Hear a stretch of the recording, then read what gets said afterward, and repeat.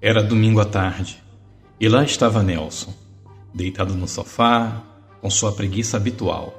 Aquela preguiça que todos sentem no final de semana. Só que, no entanto, Nelson estava de férias do trabalho. Isso quer dizer que praticamente a preguiça o tomava era o dia inteiro e a semana toda. Solteiro, morando sozinho, ele não ligava muito para as tarefas domésticas. E quando não estava trabalhando, só queria saber de sair com os amigos ou ficar em casa num completo ócio. Mas algo naquela tarde mudaria a rotina preguiçosa de Nelson. Esse conto foi publicado originalmente no site Contos de Halloween, adaptado aqui para o canal Na Trilha do Terror. Se você tem um conto, tem um relato e quer enviar para nós, o e-mail é nacaladadanoite1800@gmail.com ou natrilhadoterror@gmail.com. Envie para nós também o seu relato. Não se esqueça de se inscrever em nosso canal, deixar o seu like, joinha, o seu gostei, o seu feedback por meio do seu comentário e, claro, compartilhar esse conteúdo com um amigo. Ative o sininho para receber as demais notificações dos vídeos novos. Ajude o nosso pequeno canal a crescer. Dito isto, vamos para mais um podcast aqui na Trilha do Terror.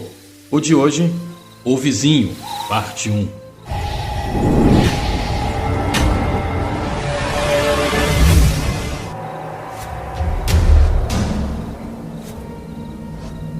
Nelson se deliciava em meio a um pacote enorme de salgadinhos e vários cliques no controle remoto à procura de um programa de TV que pudesse entretê-lo. Quando do nada, Nelson ouviu o tocar de sua campainha.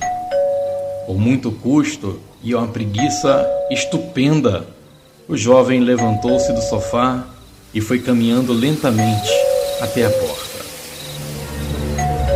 Por precaução, Nelson olhou pelo olho mágico e viu que se tratava do seu amigo Beto, amigo e vizinho. Beto parecia estar com muita pressa e pediu para que Nelson lhe fizesse um pequeno grande favor. Beto pediu para que Nelson vigiasse sua casa enquanto ele estivesse fora. Disse que tinha que resolver uns assuntos pessoais e que ficaria ausente por alguns dias. Por se tratar de um bom vizinho e um grande amigo, sem pensar duas vezes, Nelson disse que faria o favor a Beto. Beto então agradeceu e entregou para Nelson uma cópia da chave de sua casa, para que ele pudesse adentrar e, consequentemente, alimentar os seus cães. Beto então se despediu, entrou no carro e saiu em disparada, numa velocidade consideravelmente alta. Nelson estranhou o comportamento de seu amigo. Um rapaz que sempre estava de bom humor, agora Bob estava tenso e com um ar de preocupação no rosto. O olhar trazia uma grande inquietação. Nelson suspeitou que algo pudesse estar errado, mas não teve tempo de sequer questionar Beto o que estava acontecendo. Sua visita estranha, repentina e inesperada durou pouco mais de 1 minuto. Nos dias seguintes, Nelson fez o que Beto havia lhe pedido. Ele entrava na residência para alimentar os cães várias vezes ao dia e verificava a segurança da casa de Beto. Mas em um dia incomum, algo chamou a atenção de Nelson. O clima na casa estava diferente. Parecia que tinha algo estranho no ar. Nelson sentia um enorme desconforto toda vez que adentrava para dar ração aos cães. Algo que nunca sentiu nas outras vezes que ali entrou. Ele não sabia o que era, mas sentia-se incomodado com algo. Mas mesmo tendo essas estranhas sensações, Nelson continuou fazendo grande favor ao amigo Beto. Certa noite, no entanto, antes de dormir, Nelson fez como todas as noites anteriores. Da janela do seu quarto, dava uma olhada na casa de Beto, para se certificar que estava tudo muito bem e tudo em ordem. Mas dessa vez, Nelson se surpreendeu com algo. Ele avistou que parecia ser uma pessoa olhando pela janela. Confuso, Nelson continuou olhando aquela figura estranha que poucos segundos depois desapareceu. Nelson continuou observando. Mas na sua cabeça havia uma dúvida. Será que realmente ele viu? Ou pensou que tinha visto algo? Até que Nelson se surpreendeu novamente. Agora Nelson teve a certeza que não era mais a sua imaginação, mas não era só aquele vulto que ele estava vendo, e sim as luzes da casa de Beto se acendendo e apagando, apagando e se acendendo repetidamente e rapidamente. Sala, cozinha, quarto, cada hora um cômodo diferente, o que confundiu ainda mais a cabeça de Nelson. Todo esse acender e apaga durou pouco tempo e logo a casa ficou escura novamente. Sem entender nada, Nelson pegou o telefone e tenta ligar para Beto, mas o número discado parecia como fora de área de cobertura ou que não poderia receber chamada. Nelson então resolveu ligar diretamente para a residência do amigo. Não sabia muito o que esperar dessa ligação, tendo em vista que ele sabia que, teoricamente, não tinha ninguém em casa. Mas mesmo assim, ele fez a ligação para a casa de Beto. E lá o telefone tocou. 1, 2, 3, 4. E no quinto toque, alguém atendeu. Um calafrio passou pela espinha de Nelson. Mas quem estava lá para atender o telefone, pensou ele? Alô? Alô? Disse Nelson. No entanto, a pessoa ou o que teria atendido o telefone do outro lado não disse nada. Apenas Nelson pôde ouvir só uma respiração ofegante. Segundos depois, a ligação caiu. Nelson voltou a observar a casa de Beto. Ele estava agora assustado, com medo, mas queria saber o que estava acontecendo naquela casa. Alguns minutos depois, o vulto voltou a aparecer na janela da sala. Mas agora Nelson teve a certeza que se tratava de uma pessoa, mais precisamente uma mulher estranha. Parecia saber que Nelson estava observando-a, pois com as mãos gesticulava e fazia movimentos como se estivesse chamando por ele. Nelson apavorou-se, fechou a janela, fechou as cortinas, não sabia o que fazer. Curioso, por não saber totalmente do que se tratava, Nelson voltou a olhar e o vulto continuava para ele a gesticular. E agora? O que fazer? O telefone do amigo não funciona. Chamar a polícia? Qual será a atitude de Nelson? O que você faria no lugar de Nelson? Continua. Se você tem um relato, um conto para encaminhar para a gente, na descrição do vídeo tem um e-mail na qual você pode entrar em contato conosco. Não se esqueça de se inscrever em nosso canal, deixar o seu like, seu joinha, seu comentário, o seu gostei e compartilhar esse conteúdo com um amigo, ajudando o nosso pequeno canal a crescer. E eu te espero em mais um podcast aqui na Trilha do Terror.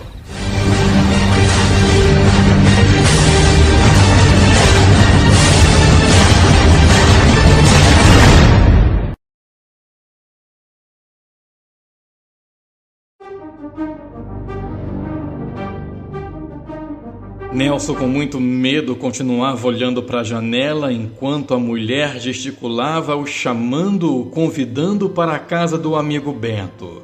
Mas quem seria aquela mulher? Mesmo espantado, Nelson não conseguia parar de olhar para aquela figura estranha, até que ela parou de acenar. E, parecendo ter um acesso de raiva, começou a gritar e a bater as mãos, violentamente contra a janela. Nelson se apavorou tanto que, ao ver aquilo, tomou um tombo, caindo de costas no chão. Ainda caído, Nelson continuava a ouvir os gritos e os sons que aquela mulher provocava ao bater a janela. Meu Deus, o que está acontecendo? Pensava Nelson. Até que pouco tempo depois os sons cessaram e aparentemente a noite voltou a ser silenciosa. Essa é a segunda parte do conto da história de Nelson. Repito que originalmente o conto foi publicado no site Contos de Halloween e adaptado aqui para o canal Na Trilha do Terror. Não se esqueça de se inscrever em nosso canal, deixar o seu like, seu joinha, seu gostei, o seu feedback por meio do comentário e, claro, ativar o sininho para receber os demais conteúdos que aqui formos postando. compartilhe esse podcast com um amigo e ajude o nosso pequeno canal a crescer. Se você também tem um relato para encaminhar para nós, o e-mail é natrilhadoterror@gmail.com ou noitecalada1800@gmail.com. Eu espero o seu relato. Dito isto, vamos para mais um podcast, a segunda parte de O Vizinho.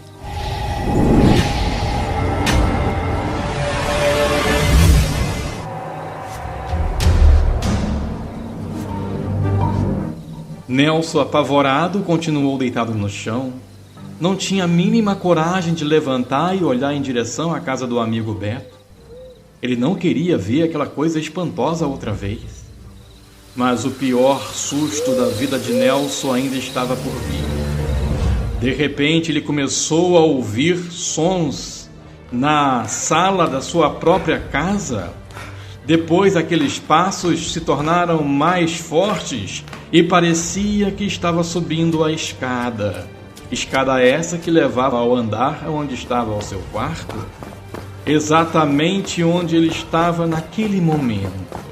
Apavorado, Nelson se encolheu em um dos cantos do quarto e ficou ouvindo os sons dos passos se aproximando cada vez mais. Morrendo de medo, sem saber o que fazer, Nelson não tinha outra alternativa a não ser ficar encolhido no próprio quarto, ou quem sabe saltar pela janela, só que era um andar muito alto, e se fizesse isso, certamente iria se machucar. Nelson ouvia cada vez mais aqueles passos se aproximando, até que surge pela porta de seu quarto uma mulher. A mesma mulher que ele tinha visto na sala da casa de Beto.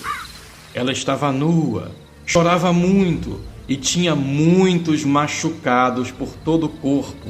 Sangrava demais. Ao ver aquela mulher com uma aparência pavorosa se aproximar, Nelson entrou em desespero, gritou e desmaiou. O que aconteceu com Nelson? O que a mulher de aparência horrível fez com Nelson? O dia amanheceu.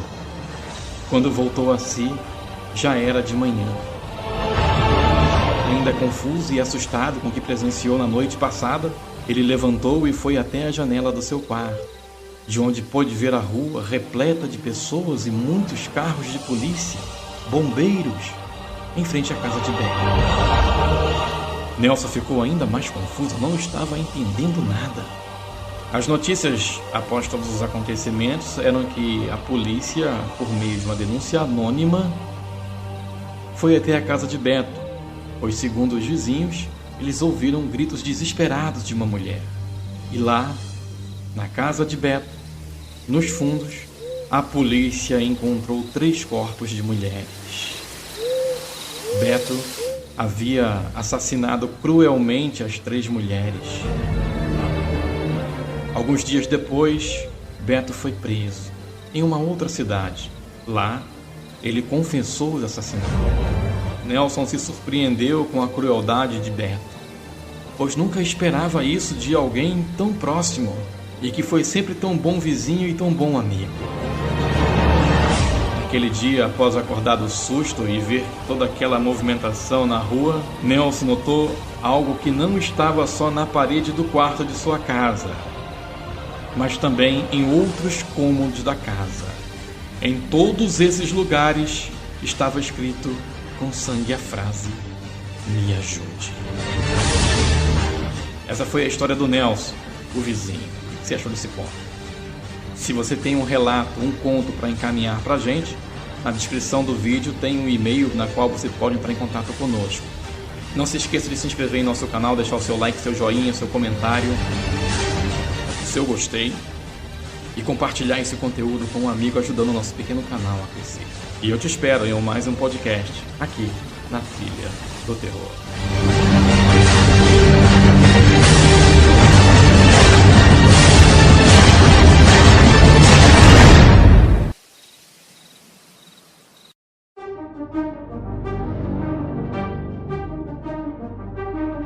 No mesmo dia em que nasci, o meu avô teve um acidente vascular cerebral, um AVC, ou seja, um derrame.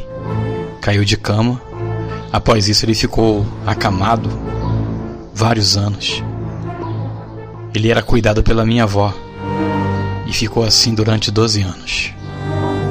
A minha avó cuidava dele com muito carinho e eu morava numa casa dos fundos e frequentemente eu estava lá.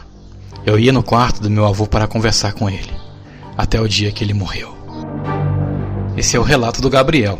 O Gabriel encaminhou para nós o seu relato via Facebook. E se você tem um relato para também encaminhar conosco, na descrição do vídeo tem o link onde você pode estar entrando em contato conosco. Não se esqueça de se inscrever em nosso canal, deixar o seu like, seu joinha, o seu gostei, o seu comentário e, claro, compartilhar esse conteúdo com um amigo. Não esqueça de ativar o sininho. Ajude o nosso pequeno canal a crescer. Vamos para mais um podcast aqui na Trilha do Terror. O de hoje, Vulto no Corredor.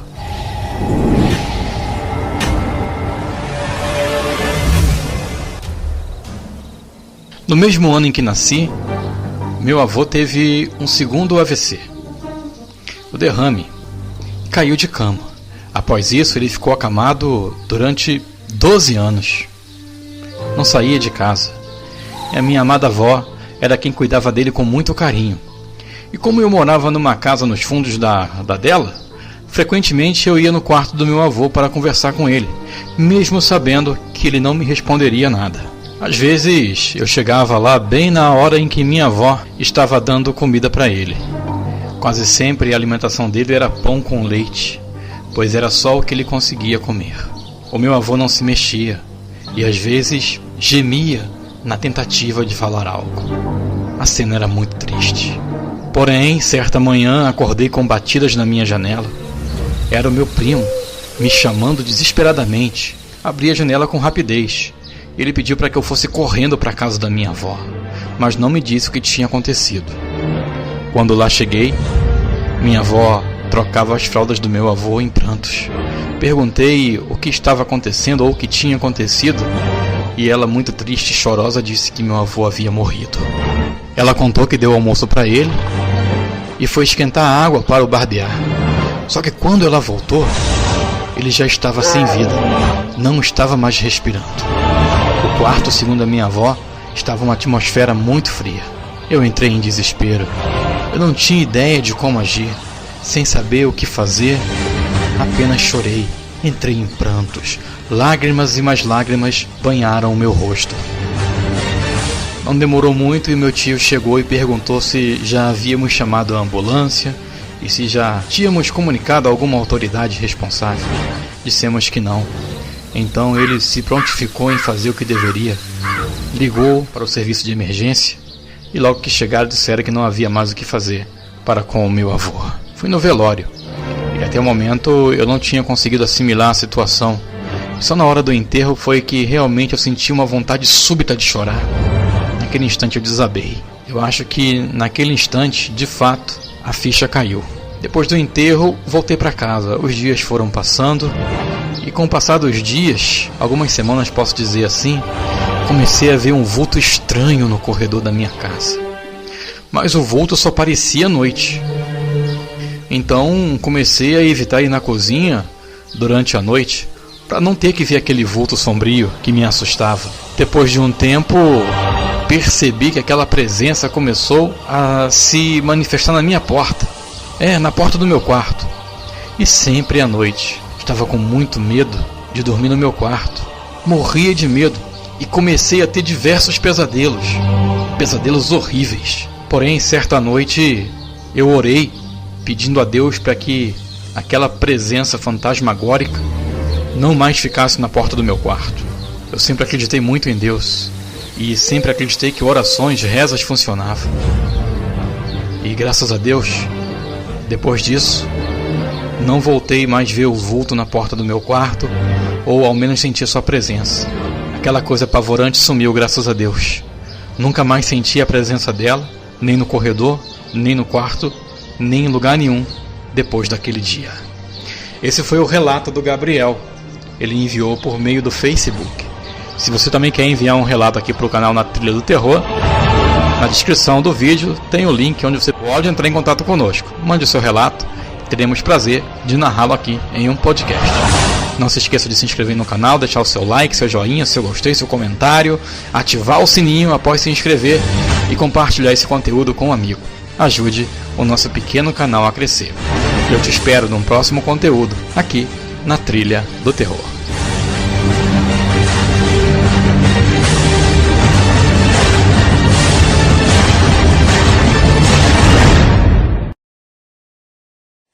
No céu, existe algo mais do que as estrelas.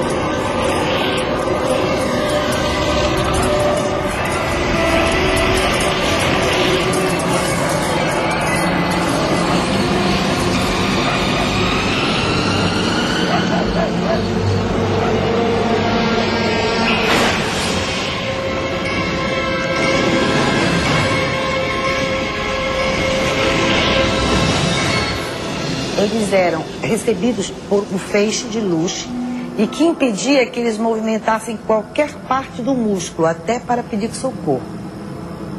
E que, a partir daí, a dor se tornava insuportável e eles eram tomados de profunda fraqueza, como se eles estivessem sendo dopados. Outros moradores da região também veem a luz misteriosa e são atacados por ela. Vizinha. Eu, hein? Vou dormir aqui embaixo. Brisa lá em cima tá super de mosquito. Ó, amanheceu, a gente pega o rumo. Precisa chegar a Fernando Alcântara. E aí, Zé? Vai dormir no cafofo? Vou arrumar meu campo por aqui. Precisando de um bom descanso hoje. Esse dia é cansativo. Esse foi. Amanhã eu vou prender a âncora. Até amanhã. Vocês guardaram o peixe, gente? Eu guardei tudo, Guardaram? senhor. Olha lá, hein? Se ele te acordar, me chama. Tu vai morrer, aí, quebrado.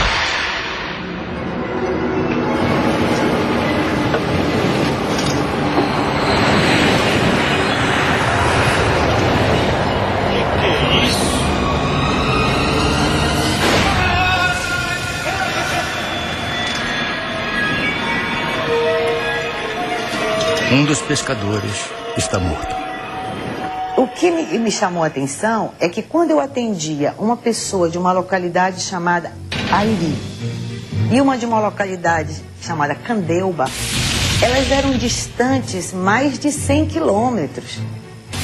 E as pessoas me contavam a mesma história, sem se conhecerem, sem nunca terem se falado, e na mesma noite, e nos mesmos horários ou até em horários diferentes.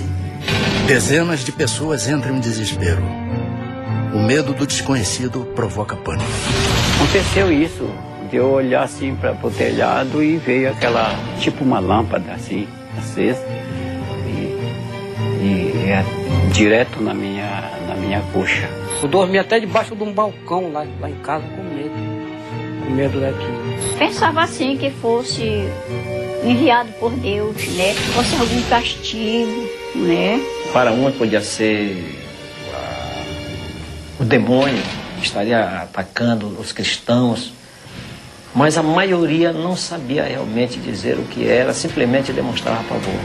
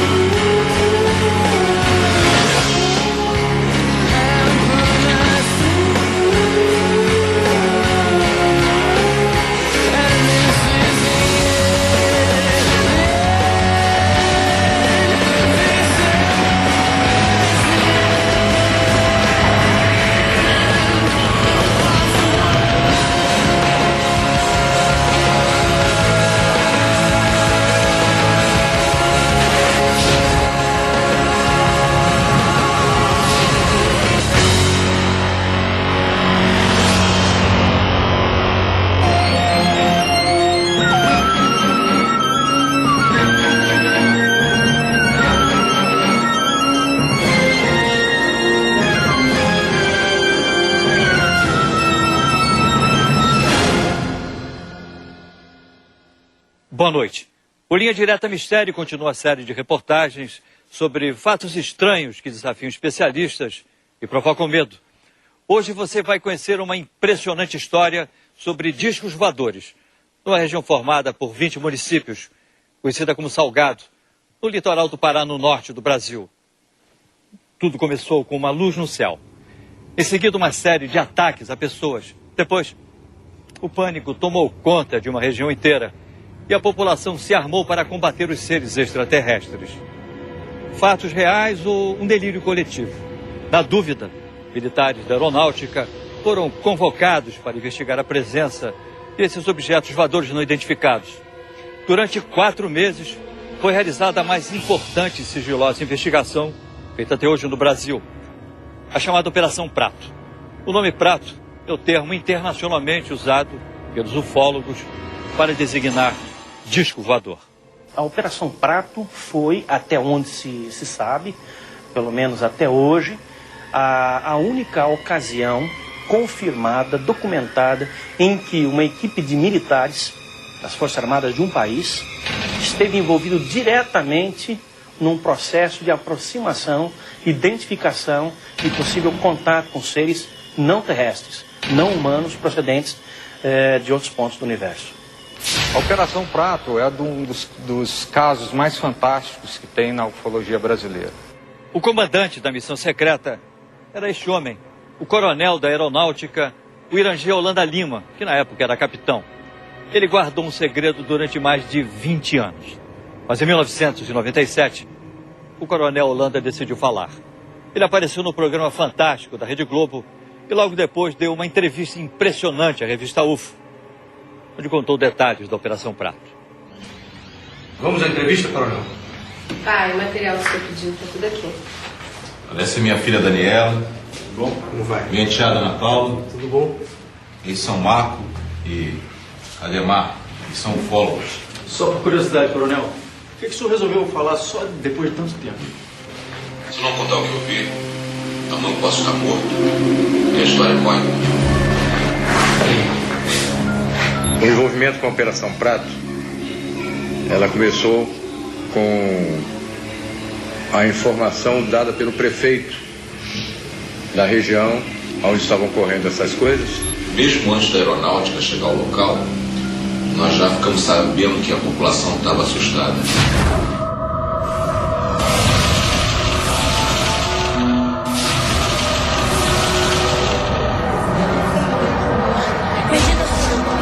O clima era de pânico.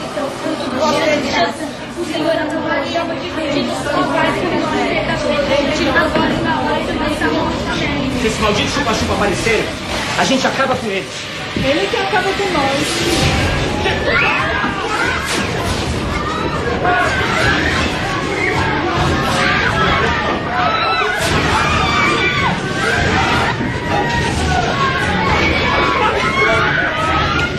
Qualquer buraquinho que tivesse, aquela luz passava e eu tive a pessoa. E a arma nossa aqui, já sabe, que é pau, pedra, uma espingardadinha carregada pela boca.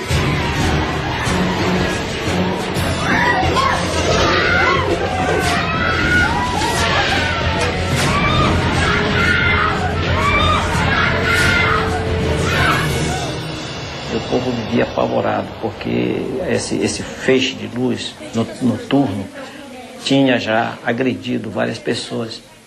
A comunidade toda se amontoava em 3 casas apenas. Ficavam rezando, às vezes cantavam algumas canções religiosas. As pessoas em pânico, a unidade de saúde de Colares virou quase que um pátio dos milagres. Depois dos ataques a moradores, a única médica da região, doutora Adelaide, tenta dar conta de tantos feridos. Doutora, ela não fala, ela não consegue andar. Doutora. Vocês são de onde? Nós somos de Candeuva, doutora. A senhora vai salvar a minha mulher, doutora? Olha ela aí, ó. Fica a mais de 100 quilômetros daqui.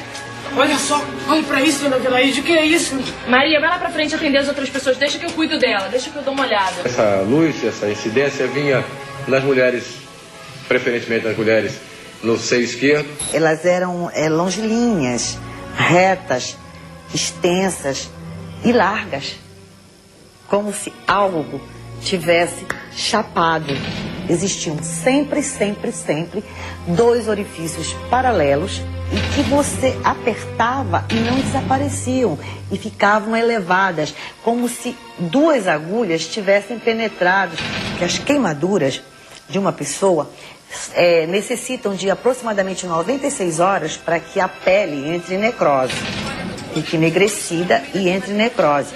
Só que as queimaduras que eram feitas nas pessoas, a necrose era imediata. Realmente eu fiquei espantado de ver o que eu vi naquelas pessoas.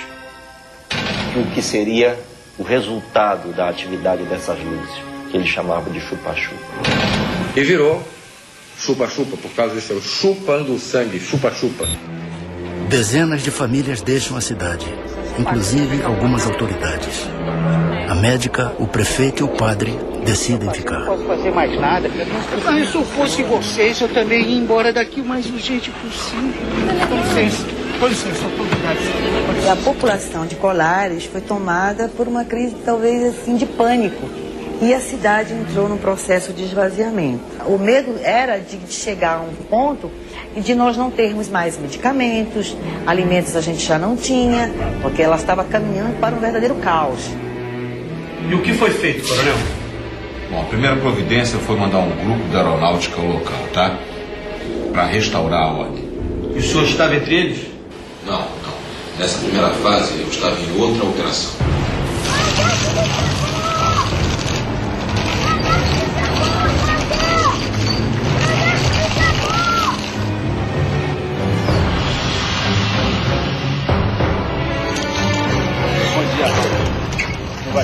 Tudo bem. Nós estamos aqui numa missão para aeronáutica. Graças a Deus que vocês chegaram. Sargento, as pessoas estão desesperadas. A senhora quem é? Ela é a doutora Velaide. Eu acho que nós vamos precisar muito da senhora. Esse é o prefeito. Bom dia, prefeito. Tudo bem? Bom, eu gostaria que o senhor explicasse pra gente o que está acontecendo exatamente. Eu só vou pedir um momentinho que a gente precisa montar o acampamento. Tudo bem? Vocês podem me acompanhar aqui na sombra? Pois não. Modo que algumas pessoas podem compartilhar, de repente, de uma situação emocional e essa situação emocional se propagar. Isso típico, por exemplo, é em casos de pânico dentro de um cinema, dentro de um supermercado, onde se avisa, de repente, que tem fogo, né? Então as pessoas, de repente, saem correndo, umas passam por cima das outras, há mortes, etc. E, de repente, o supermercado ou o cinema nem estavam pegando fogo. Existem explicações científicas, existem vários fenômenos atmosféricos raros, mas interessantes, lampejos no céu, luzes estranhas. Sempre, não é de hoje isso, assustaram as pessoas, né? Mas eu acho também que quando você acredita em milagre, você vai ver milagre com muito mais facilidade do que se você for uma pessoa que não acreditar nos milagres. Se fosse realmente algo de alucinação ou histeria, a aeronáutica jamais iria destacar uma equipe tão grande para fazer esses tipos de observação. Segundo testemunhas, o primeiro posto de observação da aeronáutica foi montado aqui embaixo dessa árvore, na praia do Humaitá, na ilha de Colares, a cerca de 100 quilômetros de Belém. Essa região era considerada o ponto de maior incidência do fenômeno, onde as luzes que apareciam no céu atacavam em seguida as pessoas. Naquela época, os civis foram proibidos de frequentar a base militar montada pela aeronáutica. Eles instalaram metralhadoras, metralhadoras antiaéreas, fogo antiaéreo. Durante semanas, os militares acompanham o aparecimento dos objetos luminosos. Sargento, vem, sargento, rápido! Olha lá! Pega a câmera, rápido! Vamos, soldado! Vai, filma isso! Tô filmando.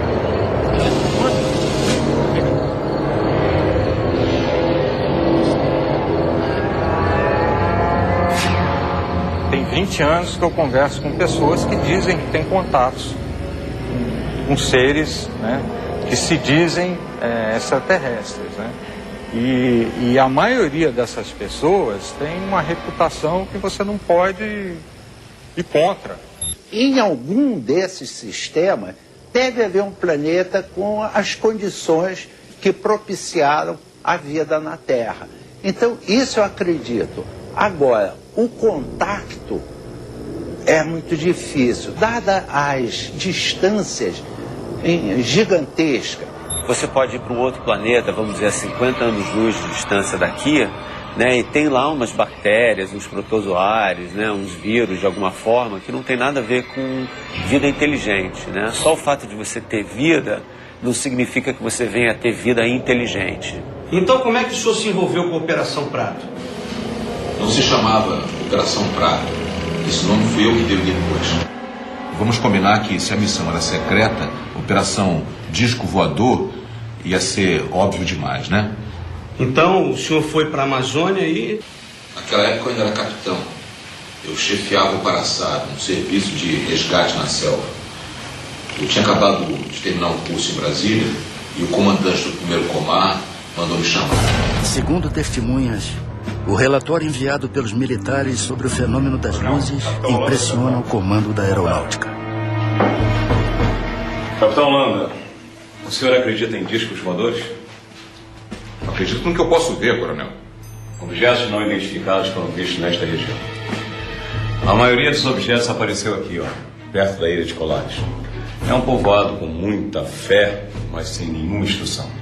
A maioria são pescadores e lavradores. E como é que eles estão reagindo? A nossa equipe enviou esse relatório. Leia, por favor.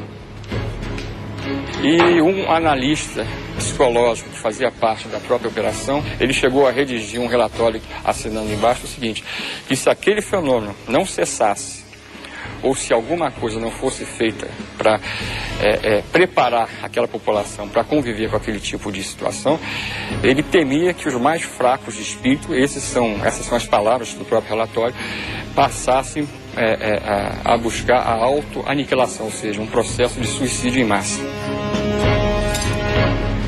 É impressionante, coronel. Parece até filme de ficção científica daqueles que... Mas não é. Capitão Landa, eu quero que o senhor assuma o comando desta missão. Entendido? Dispensado. Sim, senhor. Jura de Holanda era um cara bastante destemido, por isso até que ele foi escolhido. Ele tinha a noção muito clara de que objetos voadores não identificados existiam. Ele acreditava em vida em outros planetas e acreditava que os discos voadores realmente eram um fato legítimo.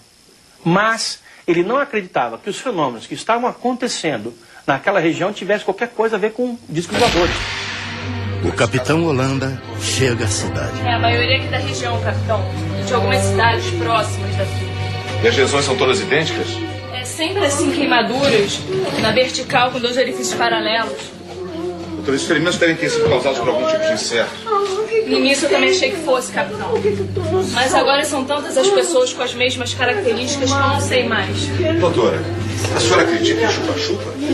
O senhor acredita? Eles me procuravam diariamente para saber o número de pessoas que eu tinha atendido, as entrevistava.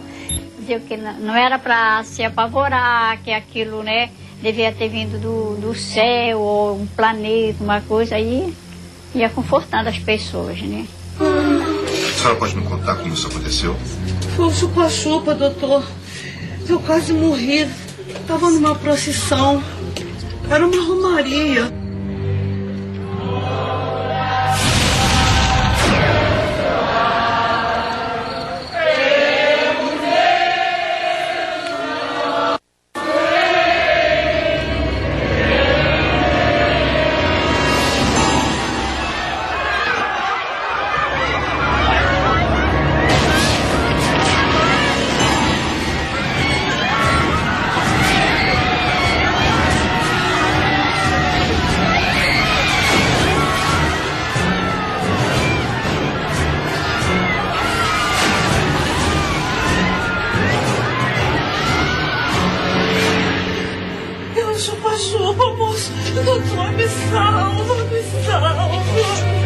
Os sargentos que estavam na operação, eles brincavam muito comigo porque eu sempre dizia que não acreditava naquilo. Capitão! O que é isso, doutor? O povo acende fogueiras e grita pra se defender. Eles acham que assim estão espantando os discos voadores. Bobagem, não há nenhum disco voador. Olha, capitão, eu não estaria tão certo disso, hein? Eu só vou ficar convencido quando uma nave passar por cima da minha cabeça.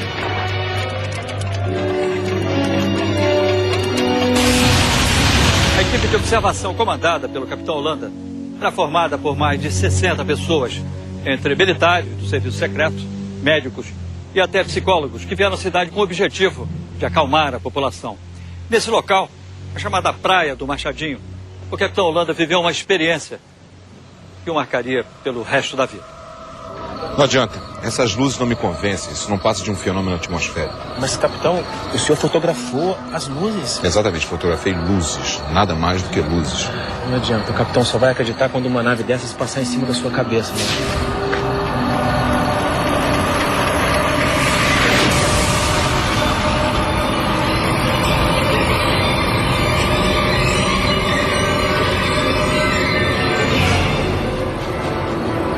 Estava em cima de nós um objeto muito grande, acredito que uns 30 metros de diâmetro, forma discoide, preto. Nós ficamos olhando, estupefatos, assustados, parado em cima da gente, a uns 200 metros de altura. O que eu vi não tinha me satisfeito até aquele momento. Dali para frente não tinha mais dúvida nenhuma. Alô, capitão? Sim, sargento. Eu tô aqui com um vigia daquela olaria que fica ali perto do rio, e ele tá me contando uma história que eu acho importante o senhor ouvir. Estou aqui na cidade, vou pegar um depoimento. Capitão, o senhor me desculpe, mas eu acho que é importante o senhor ouvir. Coloca ele então no rádio. Pois não, vou passar pra ele. Pode falar normalmente, me conta aquela história. Seu Luiz, o que o senhor tem para me contar? Eu estava na beira do rio quando eu vi uma paca. Aí, capitão, me ajeitei para caçar bichinho.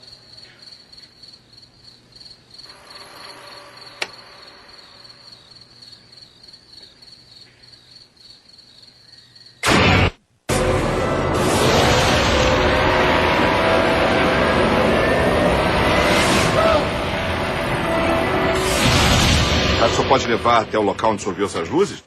Quê? E lá outra vez, capitão? Nós tivemos oportunidade de chegar a uma pessoa que tinha tido um avistamento impressionante.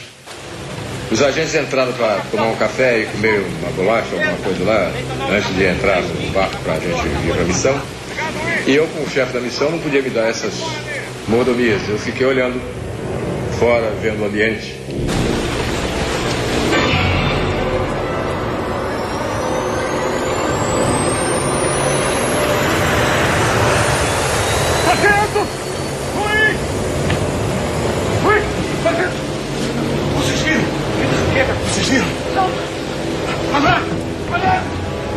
Mas tinha uma luz muito forte, verde e uma luz vermelha, e fazia um barulho como se fosse uma turbina, não era um barulho de um jato, era aquele silvio, um barulho assim. E ele mergulhou em cima de onde nós estávamos, na casa onde nós estávamos. Nenhum piloto faria uma coisa dessa, porque isso é morte, certo? O capitão Holanda vai ao lugar onde o vigia teria visto o fenômeno e fica decepcionado. Foi neste local que o senhor viu as Eu luzes? estou dizendo pro senhor, seu capitão, as luzes, aquela coisa surgiu de trás daquela idade.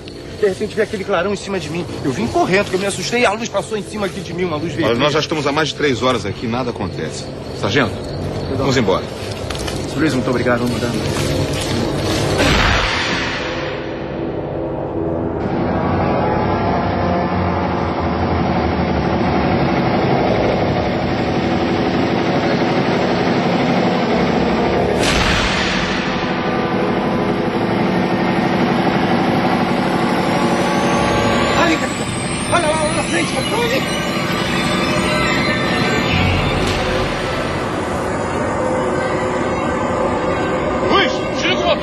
Agora a gente vai passar a noite aqui! Soldado, soldado! No binóculo, no binóculo!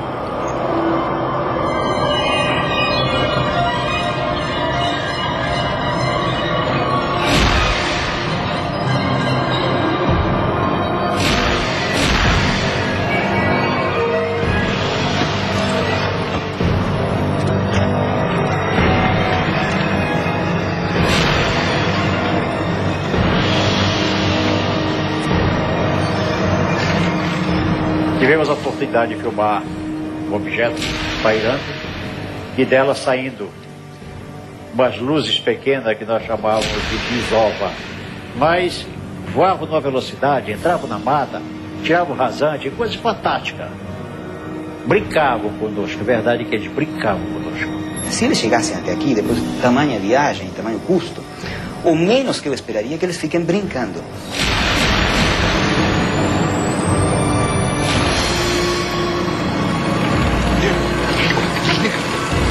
Já como assim? Já enlouqueceu? Desliga que eu quero ouvir o barulho do aparelho.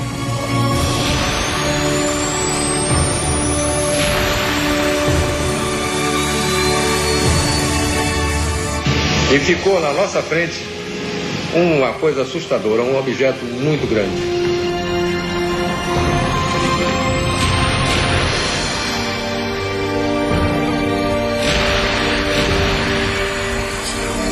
Ele deve ter acionado realmente alguma propulsão que não devia ser acionada próximo de nós, porque nos danificaria. Então havia alguma pessoa, alguma inteligência ali dentro que comandou isso.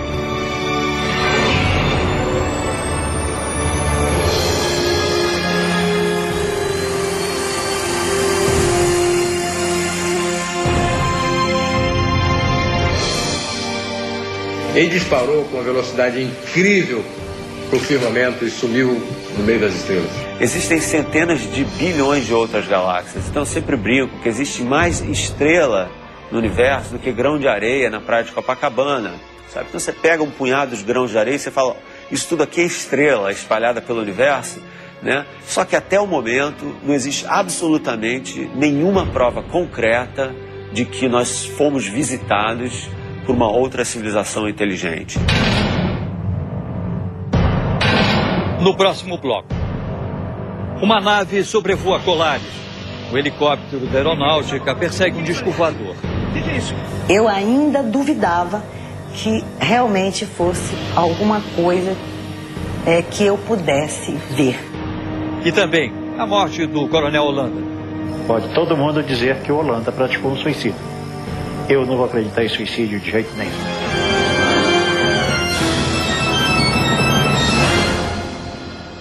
Aqui ficava o antigo centro de Colares, onde existiam apenas a prefeitura, 2 escolas, a igreja, além de um cartório e de um pequeno posto de saúde. Colares parecia uma cidade fantasma. A maioria dos seus moradores tinha fugido para o continente. As poucas pessoas que permaneceram na ilha ficavam trancadas dentro de casa, com muito medo. Quando nós estávamos chegando, tipo, uns 50 metros da minha casa, ela bateu em mim e apontou para cima. Eu tenho que pedir pro prefeito monitorar. Aí, o que foi? O que foi, Maria? O que tá passando mal?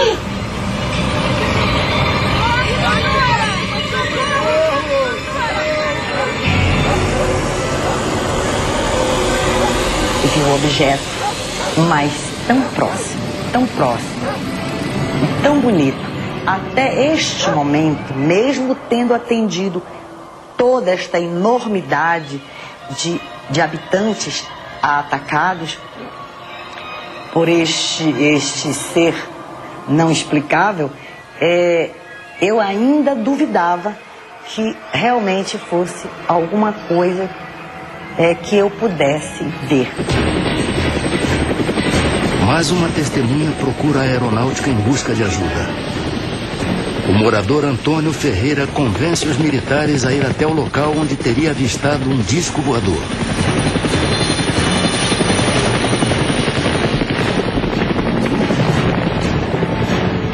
Ele vinha naquela direção. Ok, está indo já. Vamos lá, vamos nessa direção que ele está falando aí. É um voo rumo ao desconhecido. Ele vinha naquela direção. Já entendi, está indo lá. Aí na frente. De repente, uma surpresa. O que é isso? O que é isso? Acontecendo aqui! O que está acontecendo? A aproximação com a nave provoca uma pane no helicóptero, mas os militares conseguem retomar o controle do aparelho. E na hora o piloto explicou por que o helicóptero começou a descer? Ele explicou devido à nave que paralisou. A jet toda parou, só funcionou a hélice de cima. Nós viemos baixando. Quando ele viu que nós viemos se aproximando do chão, ele rodou e acionou a alavanca e funcionou. Segundo os ufólogos, num relatório para a aeronáutica, o capitão Holanda se rende às evidências. Ele chega a desenhar as formas de vários objetos voadores não identificados e garante que eles sobrevoam os céus do norte do Brasil. em torno de 9 formas. 9 ou mais, pouco mais. Está tudo escrito, tudo desenhado, tudo fotografado no relatório. Fotografia, mais de 500. E filmes foram feitos 4. Um era da Força Aérea, da FAB. Não é um material cunhado por um ufólogo civil, alguém que seja um entusiasta disso. Não, isso foi cunhado, isso foi registrado à moda militar, com todo o rigor necessário.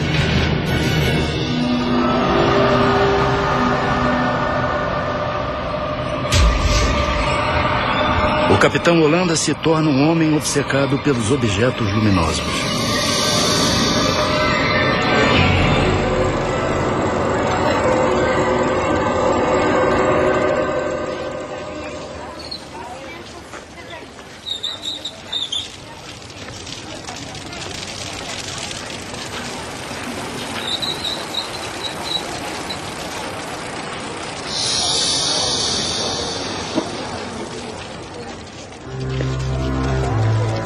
É difícil uma pessoa passar por tudo que ele passou sem ter se modificado interiormente profundamente. Segundo o comandante Ubiratã Pinon, amigo do capitão Holanda, a aeronáutica o chamou para o fim da operação. Eu creio que nós deveríamos... Boa tarde, senhores. Boa tarde, capitão. Os senhores leram o meu último relatório? Lemos, capitão. Incrível, não? A nave pousou quase em cima da embarcação. Capitão, a Operação Prato acabou. Acabou? Acabou? Mas nós fizemos descobertas extraordinárias, brigadeiro. A aeronáutica não está mais interessada nesta operação. Tragam seus homens de volta. Nós já temos outra função para o senhor. Mas nós estamos prestes a fazer contato com os extraterrestres. A Operação Prato está oficialmente suspensa, capitão. Ouviu bem? Sim, senhor. Com licença. O que é que a aeronáutica vai fazer com todas essas informações? Capitão, nada o impede de continuar investigando sozinho. É exatamente isso que eu vou fazer agora. Com licença. A FAB parou com 4 meses e a operação ela andou parar. Aí nós continuamos. Eu continuei. Segundo testemunhas, em março de 1978, os fenômenos pararam de assombrar o litoral paraense.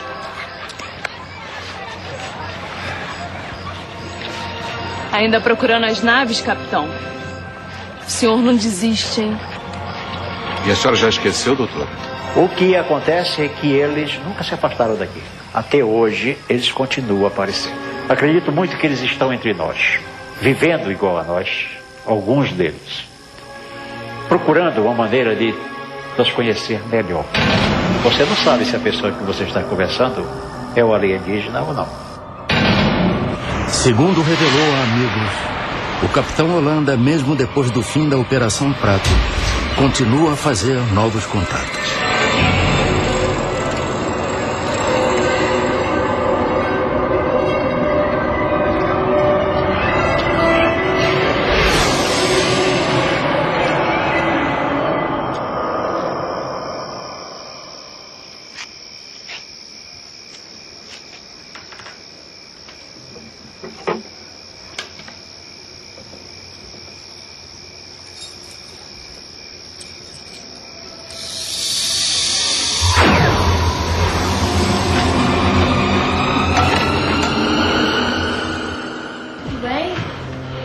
Eu acho que tem que ter uma... Deixa eu ver por aqui. A presença de um extraterrestre, a gente vê um ET e a gente poder trazê-lo aqui para entrevistá-lo. Aí a gente vai acreditar realmente. Mas isso não quer dizer que a vida extraterrestre não seja possível. É possível. Hoje, nas noites de Colares, só vemos estrelas. As poucas pessoas que na época foram vítimas do fenômeno, que ainda moram por aqui, dizem que as marcas de queimadura sumiram com o tempo. O coronel Holanda manteve a sua missão em segredo até 1997. Aí então ele resolveu dar uma entrevista e contou tudo o que sabia. Coronel, e o que foi feito de todo esse material? Filmes, fotografias? Não sei. A aeronáutica recolheu tudo. Tá? Tudo foi encaminhado, foi entregue ao comandante, de lá encaminhado ao comando em Brasília. Eu não sei realmente aonde está. Eu até brincava. Cadê o meu filme? Ah, tá guardado. Tá guardado até hoje. Coronel, o senhor não sabe como essa entrevista foi importante. Eu sei. Eu sei. Os ufólogos costumam dizer que a aeronáutica tem arquivos secretos sobre extraterrestres, sobre objetos voadores não identificados. Existe mesmo isso? Não, isso é objeto de ficção. Na realidade, não existe. A Força Aérea tem até um documento dizendo como os seus militares devem reagir em caso de um possível contato. E como deve ser o contato com a imprensa. E a primeira coisa que se fala, negue. Eu fiz parte da comissão sigilosa do governo brasileiro. O presidente era o brigadeiro José Vaz da Silva. A primeira pergunta que eu fiz a ele, mas por que o interesse dos militares pela ufologia? Ele disse, porque esse é um assunto de segurança nacional. E nós estamos interessados em conhecer da estratégia dos UFOs as intenções deles.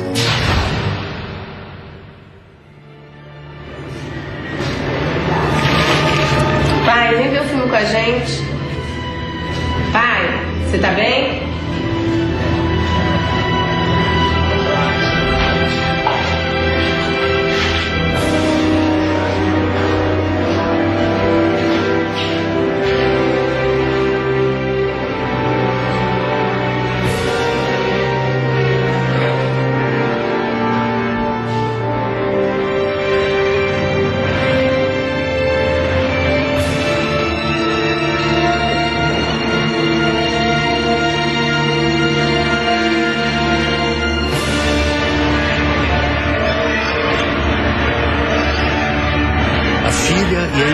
Chamam pelo pai. Ele se enforcou com o cordão do roupão dele. Ele amarrou numa parte alta da cabeceira da cama. Ele vinha sofrendo um processo depressivo que periodicamente se estabelecia de maneira mais acentuada há muitos anos. Pode todo mundo dizer que o Holanda praticou um suicídio. Eu não vou acreditar em suicídio de jeito nenhum. E acredito que por um motivo qualquer, acontece algo com as pessoas que vão além dos seus conhecimentos ou falam algo de que não estão autorizados a falar. O renascimento dessa questão veio mais ou menos no final do século XIX com um astrônomo americano chamado Percival Lowell, que tinha um certo fascínio com Marte. E na época, 1870, 80, o telescópio mostrava Marte como se tivessem umas linhas que ele interpretou como sendo canais construídos por uma civilização inteligente marciana que estava morrendo de sede, uma espécie de canal de irrigação, né? Isso daí fez um tremendo de um sucesso. E essa ideia de que os marcianos não só eram inteligentes, mas agressivos, tomou então corpo. Daqui a pouco, a Operação Prato chama a atenção do ufólogo de todo mundo. Há casos pontuais de ataques de pessoas por objetos voadores não identificados em vários lugares do mundo.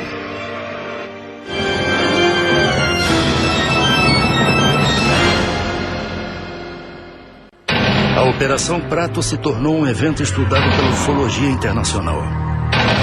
Holanda chegou a ser procurado por ufólogos de vários países, entre eles o americano Bob Pratt, um dos maiores especialistas do mundo em OVNIs e que já esteve no Brasil 13 vezes para fazer pesquisas. Há casos pontuais de ataques de pessoas por objetos voadores não identificados em vários lugares do mundo. Mas na intensidade, com a gravidade, com a proximidade e no número que nós verificamos na Amazônia, nunca, jamais nada semelhante aconteceu em lugar algum do mundo. Em vários cantos do planeta, as pessoas continuam a se surpreender com objetos voadores não identificados. Agora, de fenômeno que você tem, que é registrado em vídeo ou registrado em foto, é muito difícil você colocar uma hipótese que não seja fraude, uma interpretação, né? Porque você justamente não tem, né, o controle da hora que aquilo estava sendo feito, né? Então esse é um problema. Você não tem nada que você chegue e fale, não, esse aí é incontestável, isso não existe. Por que eles vieram à Terra sugar sangue de brasileiro e não de africano? Não sei. A ufologia é um pacote de perguntas e isso é que deve ser